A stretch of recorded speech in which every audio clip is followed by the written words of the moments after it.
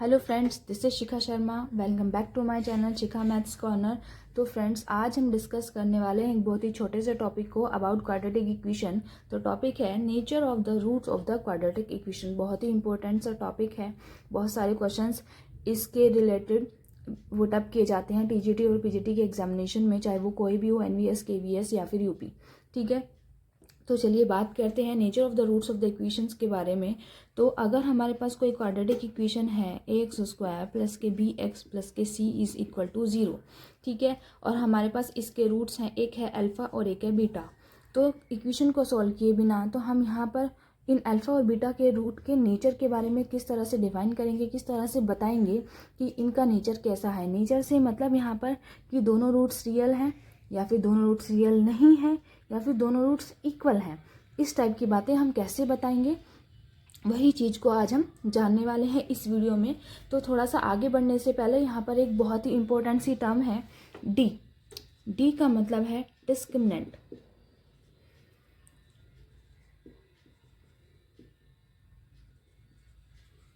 ठीक है friend, D for discriminant. और यहाँ पर डी की वैल्यू क्या होती है?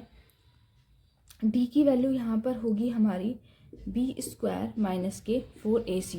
बहुत ही सिंपल सी वैल्यू है। ठीक है, तो b² हमारा इक्वेशन से लिया गया है, क्वाड्रेटिक इक्वेशन से, और ac ये भी हमारी क्वाड्रेटिक इक्वेशन से ली गई है।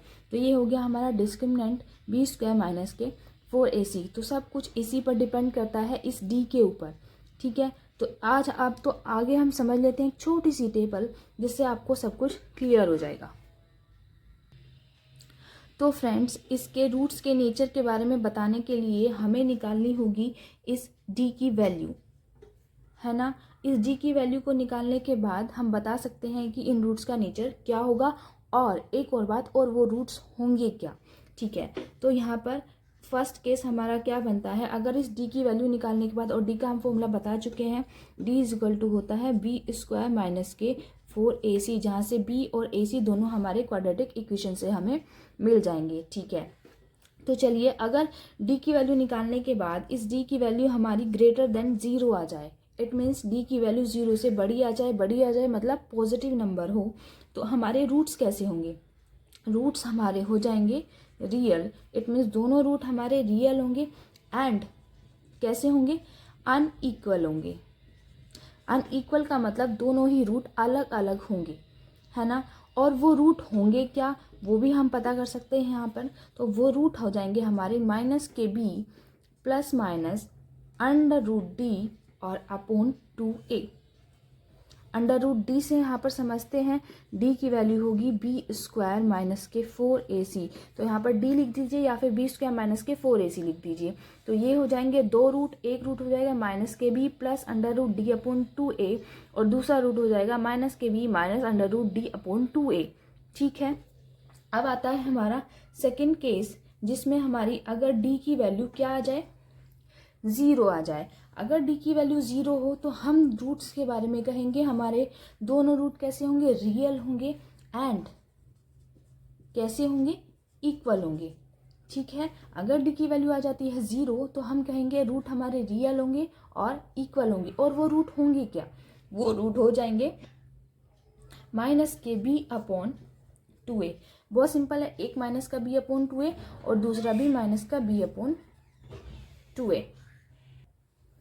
तो फ्रेंड्स, यहाँ पर हमारा थर्ड पार्ट क्या बनता है, थर्ड केस बनेगा अगर d इज लेस देन 0। ठीक, अगर d की वैल्यू लेस देन 0 हो जाए, लेस देन 0 इट मीन्स अगर d की वैल्यू हमारी कोई नेगेटिव नंबर हो, तो हम क्या कहेंगे कि ये नो रियल रूट रखेगा। इट मीन्स दोनों में से कोई भी रूट रियल नहीं होगा। ठीक है, रियल नहीं होगा तो उसके रूट भी कैसे होंगे, नन हो जाएंगे। नन मतलब रियल रूट ना रखने का मतलब है वो इमेजनरी रूट रखेगा। ठीक है, रूट तो रखेगा, डेफिनेटली लगेगा, लेकिन इमेजनरी रूट रखेगा। अगर हमें इसके रूट्स की नेचर के बारे में बताना है किसी क्वाड्रेटिक इक्वेशन के, तो ज़रूरी है हम सबसे पहले क्या फाइंड करें, अपना डिस्क्रिमिनेंट फाइंड करें।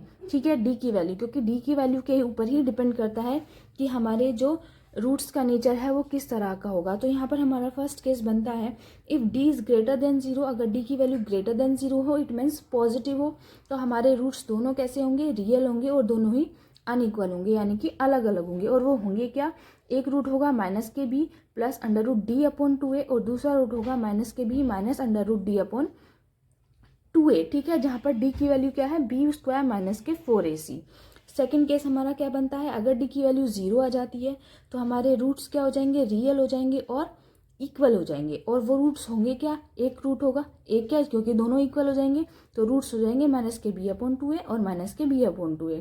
थर्ड केस हमारा क्या बनता है, थर्ड केस बनता है कि अगर d की वैल्यू लेस देन 0 हो, लेस देन 0 से मतलब d की वैल्यू नेगेटिव नंबर हो, तो रियल रूट्स कैसे होंगे, अगर नेगेटिव नंबर है तो रूट्स नो रियल होंगे, नो रियल मतलब इमेजिनरी रूट्स होंगे। आया आपको समझ में? Okay, thanks for watching, bye.